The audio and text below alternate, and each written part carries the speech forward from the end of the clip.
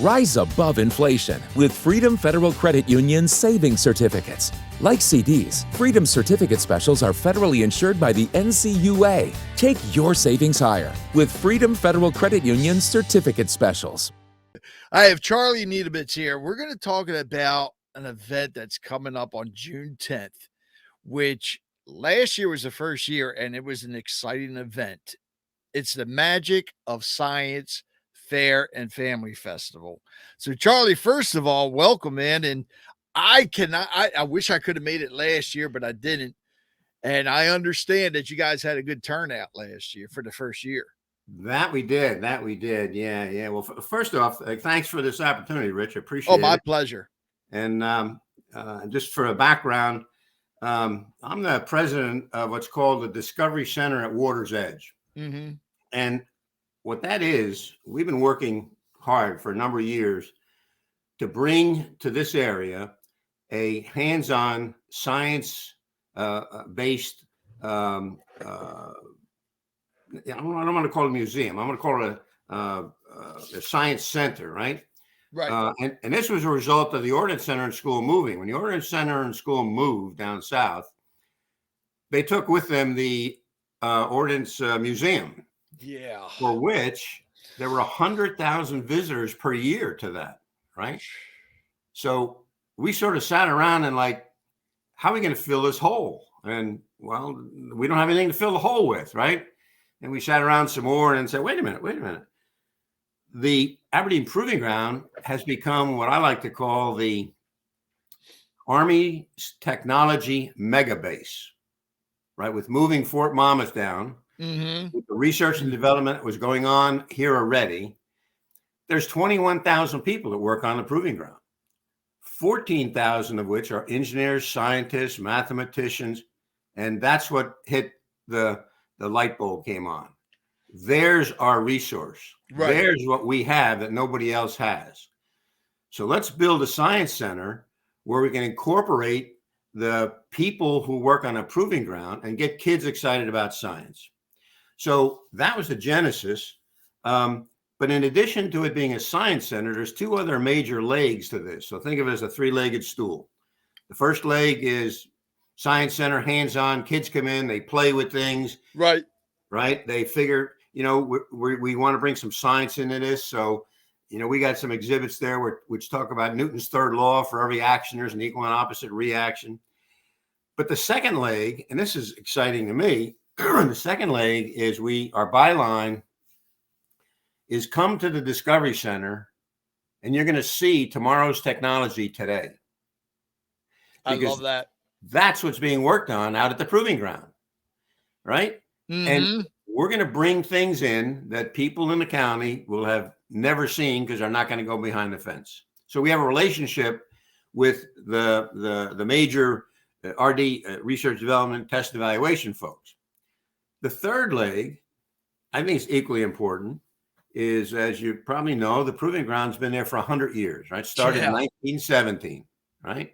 In fact, we helped them celebrate their 100th, where we had a huge party here. We had 800 people at the celebration here in Aberdeen. So the third leg is what we call our heritage leg. And we want to do there is introduce the kids, the parents, the grandparents to the technology that's been developed at Aberdeen Proving Ground, which benefits them every day. Right. The least of which, and most people don't know this, but the least of which, in 1945, the Ballistic Research Lab, under contract to the University of Pennsylvania, up in Philly, had contracted to build something called the ENIAC. Oh. Electronic Numerical Integrator and Accumulator. The first computer, right? It had 18,000 vacuum tubes, weighed 30 tons, and took up a room that's huge room, right?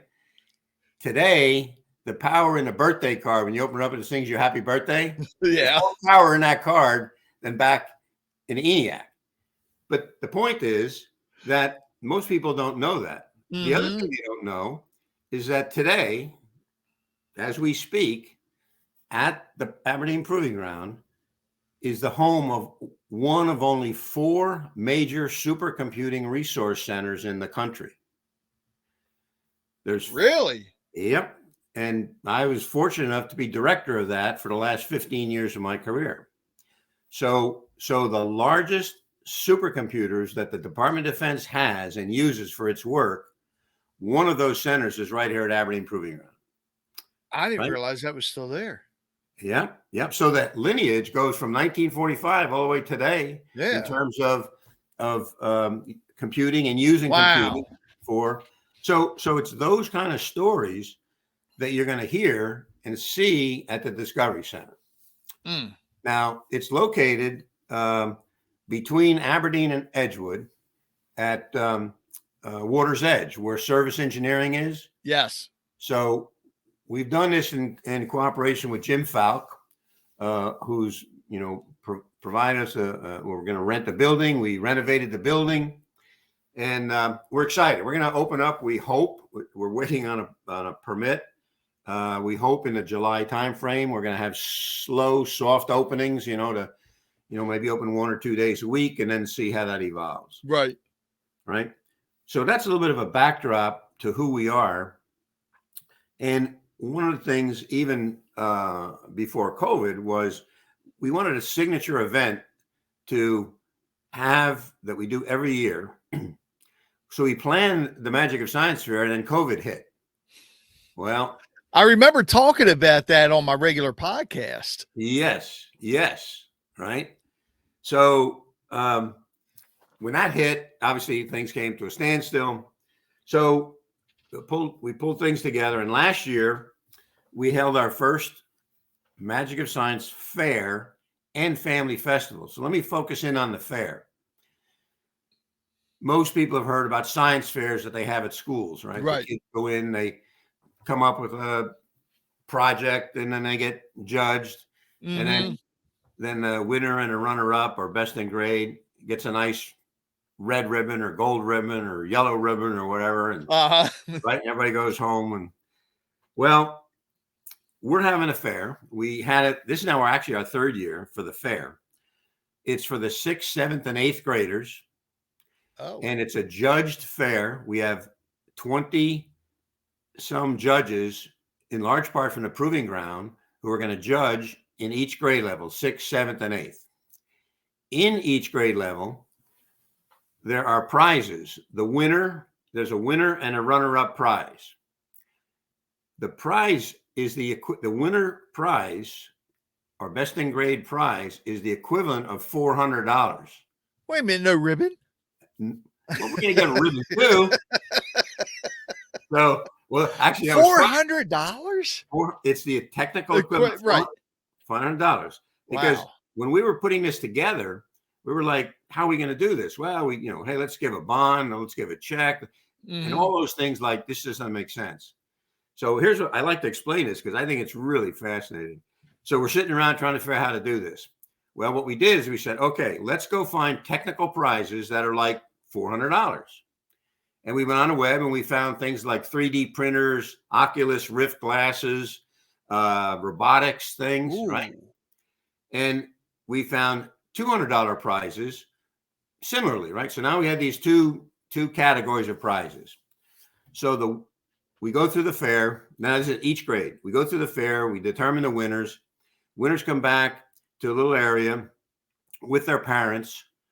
They pick the prize they want. We get a parent's signature to make sure the parent says, okay, you can bring this into our house, right? That day, the lead on this, Rob Lee, goes home, gets on Amazon, orders the prizes. In less than 3 days, they have their prize sitting in their house that they won at the science fair. Nice. Isn't that a neat setup? Wait a minute. This is only for 6th, 7th, and 8th graders? That's right. You're going to have to. I got to go back to school. Yeah. Wow. I like that.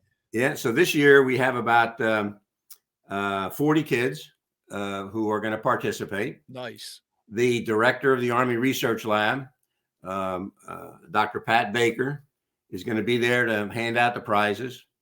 He also had him last year, and he came and He talked to the kids. He asked he went through each grade, all of the projects.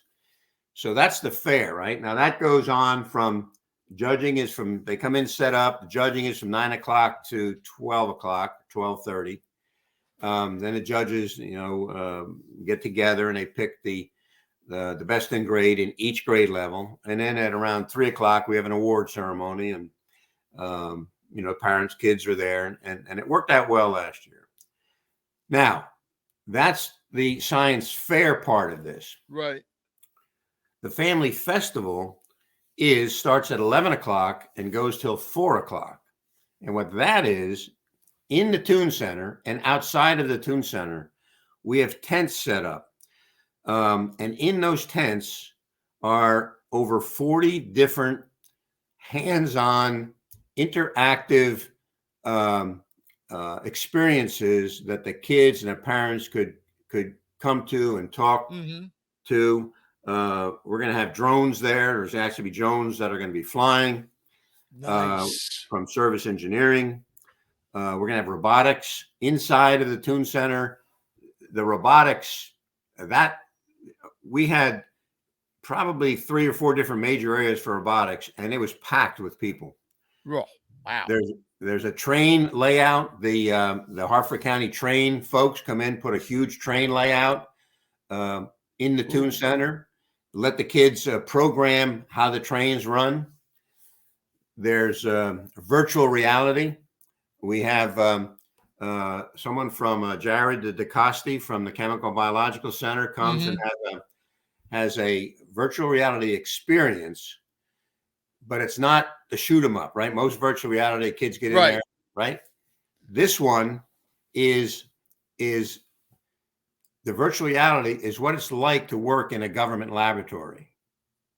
You virtually open the door. There's a bench there. Somebody's talking to you about your experiment that you're going to run. You mix things together virtually, and then it talks to you, and then you come out the door. So that's the virtual reality we're going to have. Oh, wow. There's a coding section. There's two classes where kids are given a brief introduction to coding, right? And there's food trucks. We're going to have, in fact, the food trucks. So I don't think I mentioned, but when we were setting this up last year, we had these roughly 35 to 40 vendors, exhibitors, the robotics folks, food trucks. And a week before, we're like, oh my God, what if nobody shows up? Right. What if it's just us talking to each other? That would not be good. Anyway, fast forward, the event came, 1 car, 2 cars, 3 cars, 5 cars, 10 cars, 50. We're like, holy mackerel. Where are all these people coming from?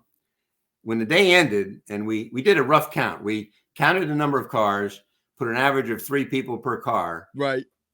That came out to 2,000 people. Nice. We had 2,000 people at this event. Just blew us away. So wow. This year, we're hoping, obviously, to be bigger. We're having more exhibitors. We have a connection now with the Proving Ground. They're going to have Army vehicles coming out to the Proving Ground for the kids to look at. I was going to say that's going to attract the kids right away. Right. Exactly. Yep. And here's something we're hoping to have. It's not quite finalized, but I mentioned we're going to have robotics and drones and things, right? Well, service engineering, great people. They're working on, and this goes, but this is an idea. When I said, remember, we're gonna look at tomorrow's technology today. So what they're working on is a ground robot. This is a collaboration between service engineering and the National Football League, right? Where they're going to take this ground robot and basically put a giant catcher on this thing, a big, like a fence kind of a thing. And what it's used for, will be used for, is quarterback practicing, because you can program this robot to go out, take 5 steps forward, 2 steps to the left, quarterback throws the ball, catches it in the thing, and wow. isn't that neat? Right? I tell you, and the other thing too, with the growth of AI, oh my God, this thing, especially next year, is going to be huge. Right. Yep. That's going to be. I mean, we're going to have some things related to that, but Right. But next year, you're right. It's even going to be bigger. And as people see this, what we're finding is the word's getting out, and people working in a technical area sort of come to us and say, "Hey, we hear you have this thing going on. We're working in this area. Can we do something?" And we're like, "Yeah." As long as our main goal, it's not total, but our main goal is to have something that the kids can touch, feel, play with, Right. see, interact with, right? We have something there that we do in the area of things that fly. And what it is, we have a couple of posters, and it's a balloon helicopter, right? So what this is you have a balloon, you blow up the balloon, you stick it into this helicopter, 3 blades, right? Mhm. You let it go, the blades spin and the balloon flies up in the air. Now, that's a neat toy, but what we talk about is the thrust, the Newton's third law, every Right. action, right? The lift over the wing, how a wing works, how it generates lift, how the air goes from potential energy to kinetic energy. So while this is a toy, and while the kids get excited about a balloon flying up in the air or a helicopter, they're actually getting a little bit of, hey, there's science behind this. This isn't magic, right? So that's another area that we have. We have people in the environmental area. They come in and they have water running, and they show how you can divert rivers and make different things happen. So it's really kind of fun. I started talking about the food trucks. So the food truck, one of them said, "I ran out of food. I've never been at an event where I've run out of food." That's good. That's good, right? Yeah. So, and we had we had 4 food trucks, so we'll probably have 6 this time. Right. We're going to have these vehicles. We pretty much take over the entire Tune Center. So we're going to have the robotic stuff on that grass area in front of the Tune Center. Inside the Tune Center is where most of our robotics is, together with the train. Outside in the back, we have 3 tents set up at the different levels. In the back of that is where we're going to have the drones flying. We have things. We have things for kids that are 5 years old. We have blue blocks, big blue blocks. Right. That kids make bridges out of, and different pillars and things. We had an animal. We had some small animals there, like a petting zoo last year. So that, hopefully gives you a flavor for something for everybody. Something for everybody. Wow. Which also goes back to, I've been asked a number of times, what's the age for the Discovery Center at Water's Edge? What age group are you trying to bring together? And my first answer is anybody from 5 to 95.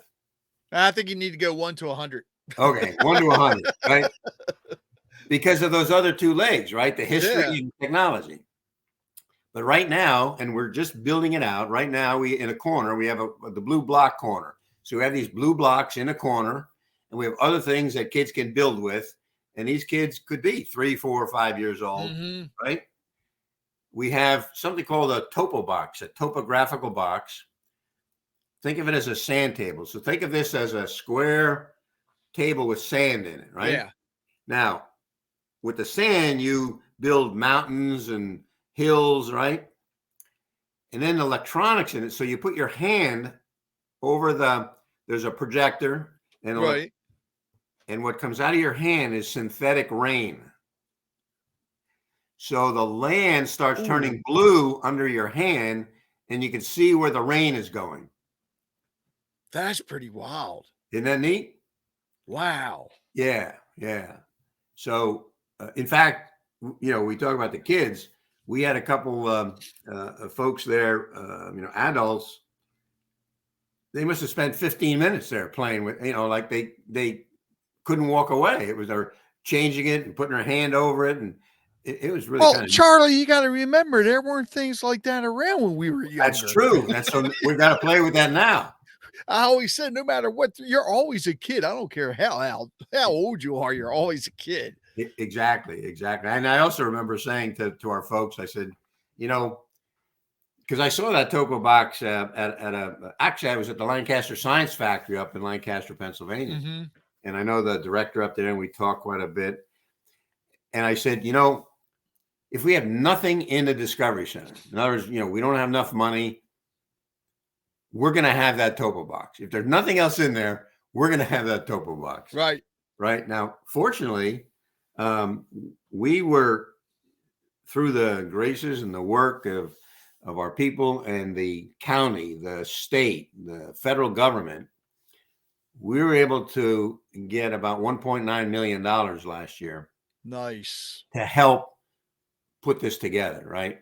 Now, initially it's going to be free, but in time it has to be self-sustaining, right? We're not going to keep getting money. So we're hoping that this Discovery Center becomes the place where the focus is all STEM related, right? Mm-hmm. The website will be what's going on in the county in STEM. The website will be, here's the classes that are going on during the summer, during the fall, during the evening classes. We'll have TED Talks where people from the proving ground come out, right? And talk about the latest technology.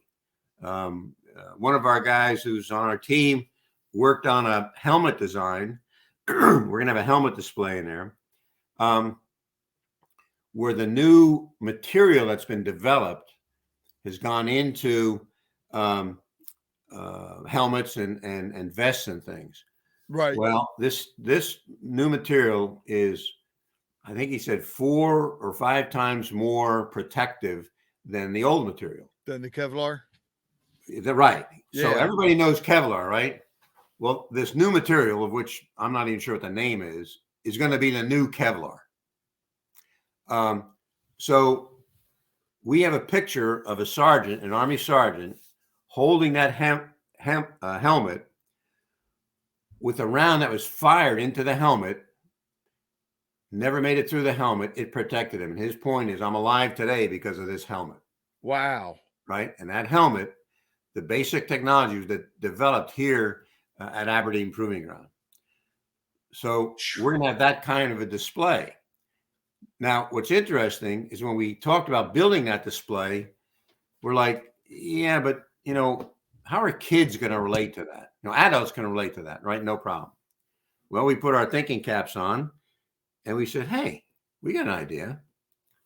Animals protect themselves. You got a skunk, you got a turtle, you got all kinds of animals that have protection mechanisms.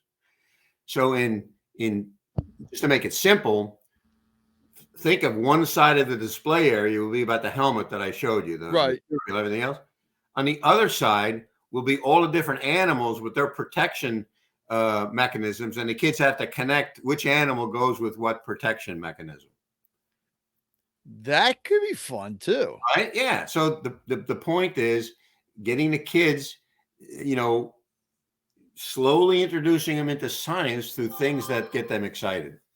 And this is all taking place June 10th. Well, the things I just talked to you about, the helmet, that's at the Discovery Center at Water's Edge. Oh. Okay. That stuff is at the Discovery Center. June 10th are going to be 40 to 50 different similar types of exhibits, right? Okay. Right. Showing stuff. The robotic vehicle I talked to you about with the National Football League. Right. That we hope to have out there. So now, when people are there, are they going to be able to tour the Discovery Center as well? Not really, because the Discovery Center obviously is on Route 40 and the Toon Center. Right. So, okay. Right. So it's a means and so we need to do a better job this year of saying, this is brought to you by the Discovery Center at Water's Edge. Here's where the Discovery Center at Water's Edge is. It'll be open initially in the July timeframe. Please, keep keep Right. it on your mind. Okay.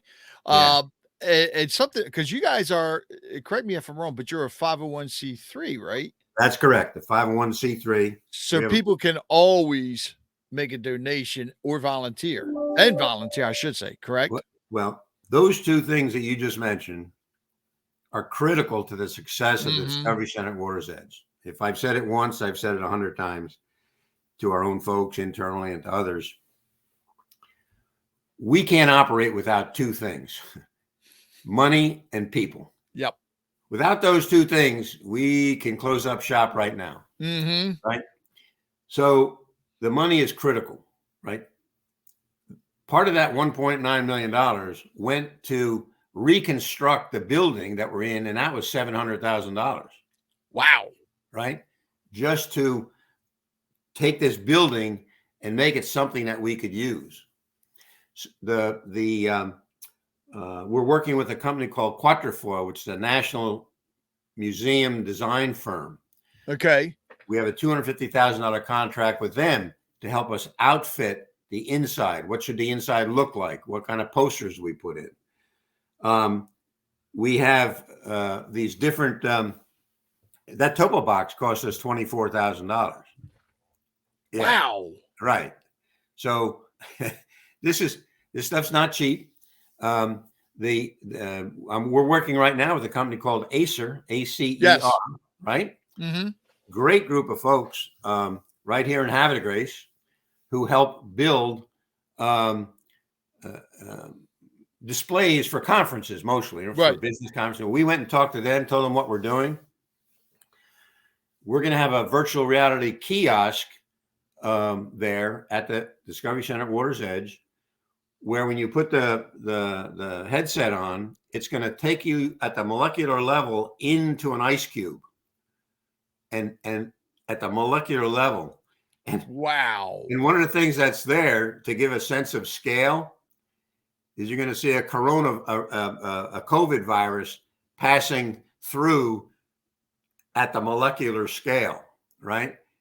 So, and you're going to be sitting in a seat with this, and it's an experience, right?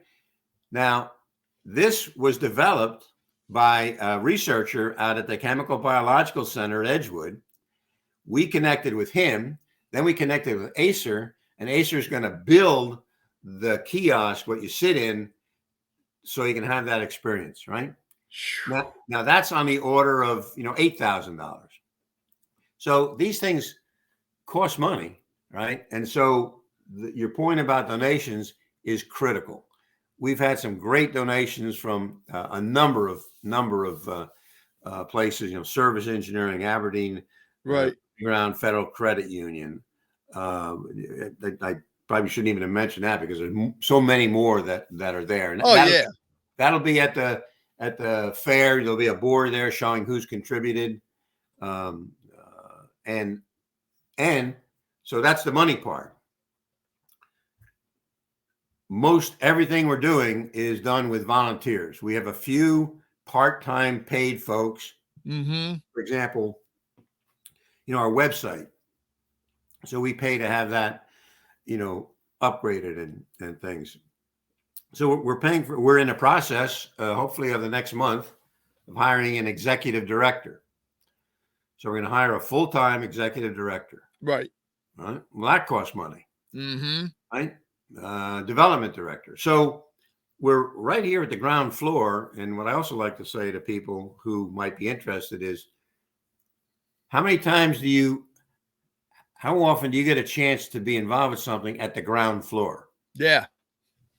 Most of the time, this organization's been there for 30 years. You come in and you're helping, and it's great.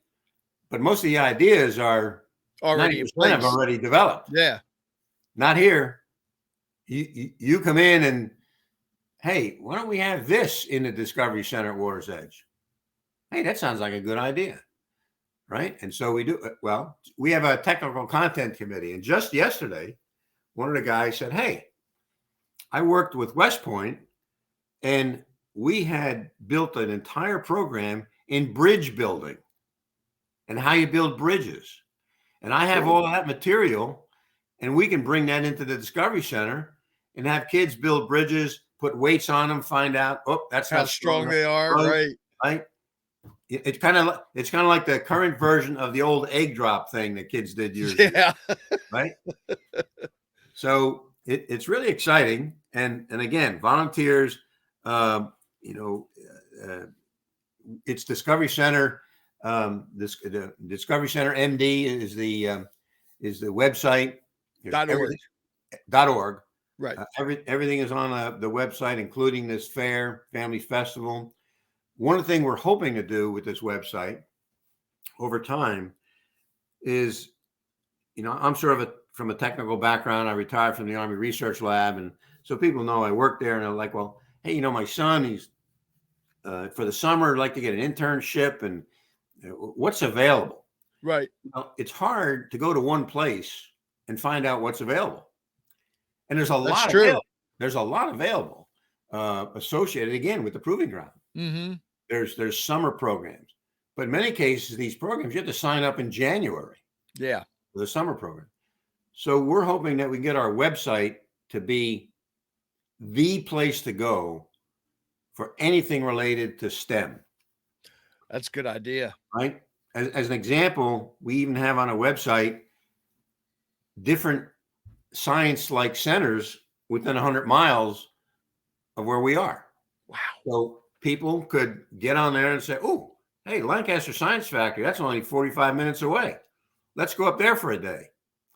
So we try and, put everything out there. If NMTC is having something going on STEM related, we put that in there. Anything STEM related, science related, science history related, we will put there. I worked with the Harford Historical Society, and last month did it's not a webinar, I guess. It was just, maybe it was a webinar. I don't know. We just talked about, the topic was Aberdeen Proving Ground's role in computing technology. Right. And that goes back to what I said originally about the ENIAC in 1945. And I gave about an hour's presentation of the evolution of computers coming out of the proving ground up to where it is today in terms of the supercomputing center that's there. So that historical yet technical related piece is on our website as, something for people to listen to or what have you. God, think about it. I mean, back then you had that supercomputer that basically took up a whole building to where now it is your cell phone. Absolutely. Or the cell phone is now probably 1,000 times more powerful than that, right? Yeah. It's the people that designed that had no idea that technology was going to take off the way it has. What was really interesting was in 1996, when we stood up the supercomputing center, of which I was the director, we found out that the program manager of the ENIAC, a fellow named Herman Goldstein, had never gotten any real awards from the Army. Really? So we put together a two-day event called 50 Years of Army Computing. We brought Herman Goldstein here. Mm-hmm. We got him some awards. We had a parade, the Ordnance Center School. We had a parade down in Aberdeen, at Aberdeen Proving Grounds for him. He talked about the early development.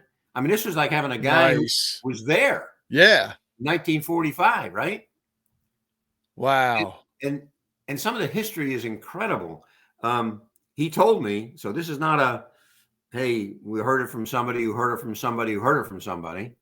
This is a direct from Herman Goldstein. From the guy himself, yeah. That's right. To me, said the connection. So there's a famous mathematician, John von Neumann, right? A scientist, was on the scientific advisory committee to the ballistic research lab.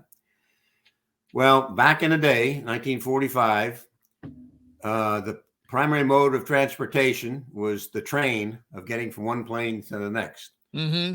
So Herman Goldstein was standing on the train platform in Aberdeen. And he told me, he said, I looked to my left. He said, I couldn't believe it. That was John von Neumann standing there. He said, I had to go to him and one, just shake his hand, right? Right. Right. And so they got into a conversation, and on the train station in Aberdeen was the first time John von Neumann had heard of the ENIAC development. Wow. Goldstein, it was the first time he heard of what von Neumann was working on, which was called the Manhattan Project. Oh. That combination led to the use of the ENIAC for the Manhattan Project and the development of the atomic bomb. Wow. Right? Now, to show you von Neumann's interest and knowledge in computing, the architecture of these computers, Mm-hmm. the basic architecture of how they work has been, they call it the von Neumann architecture. So the machines up till today are built on the von Neumann architecture, right? So that's how sort of historically important von Neumann is to computing. Right. And to have a connection between von Neumann and Herman Goldstein, who we met and we talked to, it's kind of it's really an interesting story, I think. Wow. Right. Now, by chance, was any of that on video? Because that'd be something even to today. Well, to be able to present.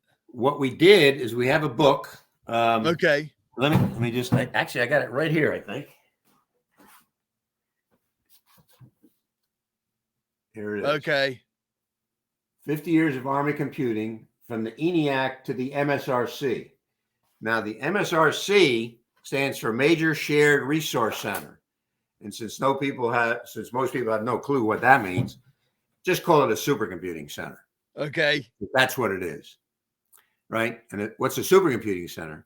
It's a place where the fastest, most powerful computers of today are located, and our researchers and scientists are using them to do their job. Amazing. Right? Yeah, and it's sitting right in our backyard. A lot of people don't even realize that. Oh, no. So that's part of going back to the Discovery Center at Water's Edge, having these three legs, right? Right.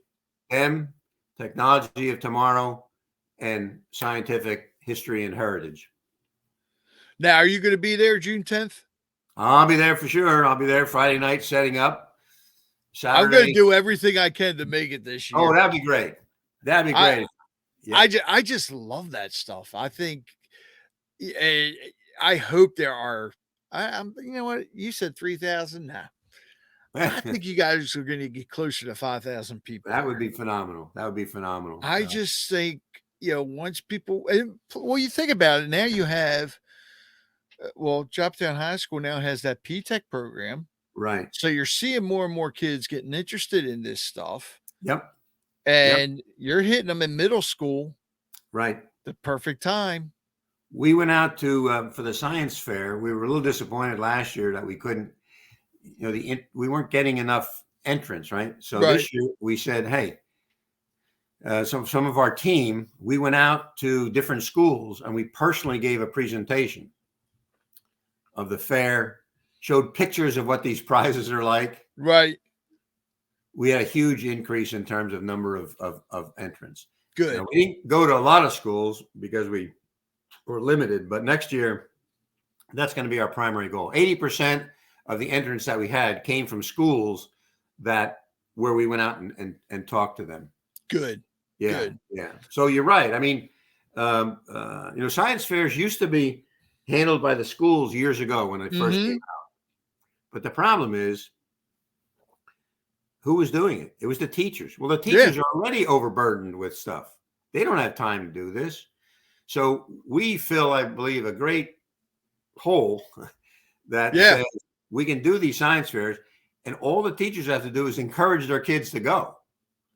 Well, that's a lot easier than trying to plan, put together. I mean, putting a science fair together, we have a team of yeah, 5, 6 people. Like I said, we have 23 or 25 judges. All that takes coordination.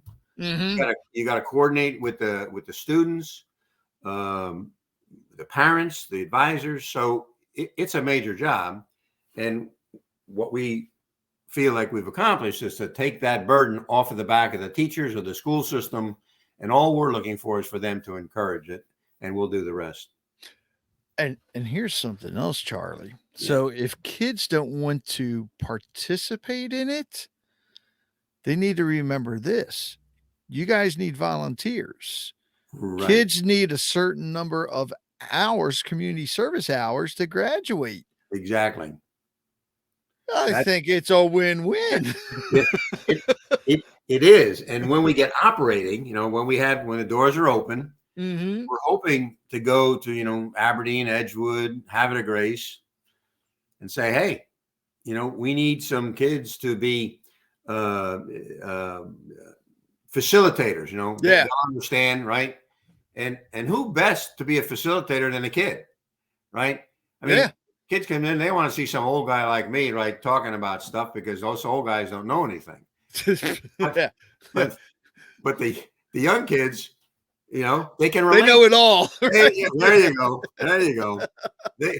We're there just to help out in case it's going the wrong direction. But so, yeah, your point's well taken. We really want to have that kind of connection with the kids. And I mean, the way we're handling this is kind of we're not going to have some major grand opening with the lights flashing and, 1,000 people coming. In fact, our first soft opening is for our board of directors. But to our board of directors, we said, even you guys can't come if you don't bring your grandkids. Because we don't really want you there. We want your grandkids there, because we want to see how they interact. Right? I want to know how many people on the board of directors that don't have grandkids are now telling their kids, hurry up, I need a grandkid. Well, it could be their kids too. I should say either their kids or their grandkids, right? But the idea is bring them in, right? Because we all have ideas of how it's going to work.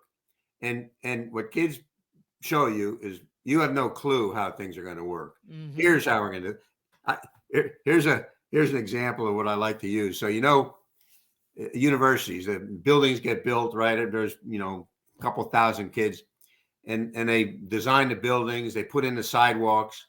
And then you look at a university and you see all these paths going off the sidewalk. Right. So my point is, why the hell build any sidewalks? Just build the university, wait for the kids to show you where the sidewalk should be, and then go pour the concrete. I don't think that's going to work, but that's the idea, right? The kids will show you how it's going to work or what you need to do. So the series of soft openings are sort of along that direction. We want to try and get, and then after a number of those soft openings, now we'll have, 80, 90% of how we need to operate. Then we can begin to open the doors, maybe Saturday and Sunday, maybe 2 days a week. But all that's dependent on how many volunteers do we have. Right. Who can come in and staff it, right? And I'm not going to be there all the time. Right? It's we got to spread this fun around. That, and that's the one good thing about Harford County. It seems like you do see a lot of people, older people. I mean, hopefully you're starting to, the young kids will step up and do it too. Right. But you are seeing a lot of volunteers. A lot of people stepping up to be on boards and so forth and joining organizations. So, and with something like this is the Discovery Center. This is well overdue. This is something, especially since the Ordnance Museum left. This is something that is very good for the community. You want to learn history of, especially like you said, with the computers and everything. There's no better place. Example, network. I mean, the internet. Yeah.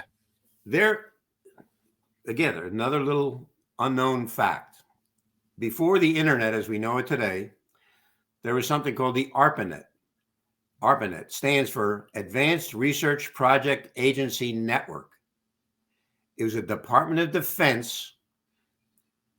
We have the network today because it's beginning within the Department of Defense, as many things, right? So the ARPANET was built, and one of the primary people, or a couple of primary people, right here at the Ballistic Research Lab. So when this was initially established, there is 13 nodes that to this day are still the underpinning of the internet. Think of the 13 nodes as the foundation upon which the internet has been built out. Right.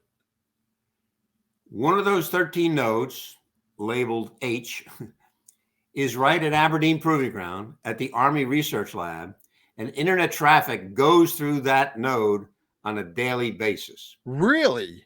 Yep. So from the ARPANET, the internet was created. So I was sending email in 1979 on the ARPANET inside of the Ballistic Research Lab. We were sending email. People didn't even know what email was, yeah, or a network was, or what a computer was. Yet we were doing that. And what I also like to say is, if we had this Discovery Center back then, so let's say we had the Discovery Center in 1980, that's the technology we would have been able to show people, because it was unclassified. It was not, right? Oh, so we would have been able to show people in 1980 how computers could talk to each other. Most people didn't even know there was something called a personal computer. Yeah. Right. But we did inside the lab. We were working with them. We were working with the networks. We were working with scientific visualization with workstations. One of the stations that I was involved with in the mid 80s was from a company called Silicon Graphics. Cost $250,000, and we used it for scientific visualization of computational work that we were doing on the supercomputers. Well, lo and behold, when it came in, not only could we use it for analyzing our results, we also had flight simulator on there. So you could fly a plane on this device in 1985. Wow. Right? So again, the history is just phenomenal what we have. It's overwhelming. It is. Right. Yeah. Simply amazing. And our volunteers that we have, many of them come out of that environment. Right. So they have history that they're bringing to the table. I should also say that part of our organization is made up of a group that started about 15 years ago called the Senior Science Society. I'm on the board of directors of that. Pre-COVID, what that group did is they developed what I'll call modules. And they would go into the schools and augment what the teachers were teaching in a particular area. So one was states of matter, you know, how gas, air, liquid, right? So we would have a scientist go into the school and help the teacher explain states of matter. The one I was involved with things that fly. So if the teacher had a week or two where they were going to talk about, you know, birds and things and how things fly, hey, airplanes fly, but they don't know the science behind it. Right. We're the ones who know the science. So we go into the school and augment what that teacher's teaching in that particular area.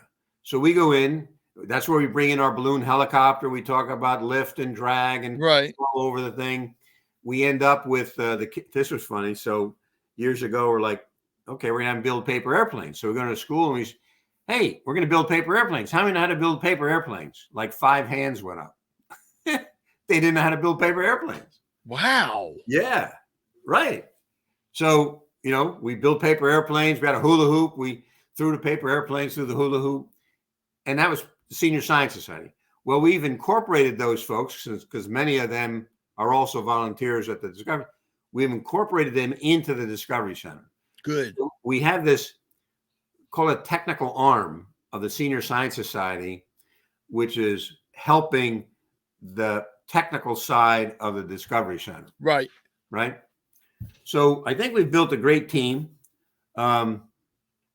but we always need more people. I mean, right now I could rattle off at least 10 to 15 different specific positions that we need filled. And when I say positions, the hard part is sort of getting leaders in particular areas. Yeah. Right. A lot of people want to help, hey, I'll be there, I'll clean the tables and stuff, but then I'm going home. Okay, well, who's the person who organizes the cleaning of the tables? Exactly. Who's the leaders person are important. Exactly. Because, they're the ones who have to, just using a table example, they got to bring the rags. They got to organize that. They got to make sure everybody knows. Right. So there's a lot of work in just simply cleaning tables. Right. That's what I mean about the different areas that we're going to have. And so we encourage people to give us a call. There's on a website, you're going to see info at Discovery Center MD. They send email to that. And we then take that and we try and make a personal telephone call to find out what they're interested in. Good. And to engage them into what we're trying to do. Well, Charlie, I'm really looking forward to this, and I hope I can make it out there. That'd be great. For everybody watching, again, go to discoverycentermd.org, volunteer, become a sponsor, donate, and constantly follow the website, and they're on social media too, because I see a lot of great things coming up. And this year is going to be phenomenal. Next year, look out, because of the growth of AI and everything. I just think I think you're going to have people coming from around the world, in all honesty, to check this out. Well, that would be phenomenal. And again, our uniqueness is to not only have a science center, but have a science center connected to Aberdeen Proving Ground, and Aberdeen Proving Ground connected to the technical community. There you go. Right? That's kind of unique. Sounds good to me. It'll happen. All right, Charlie. Great. Thanks. Okay. Thank you, Rich. Appreciate the opportunity.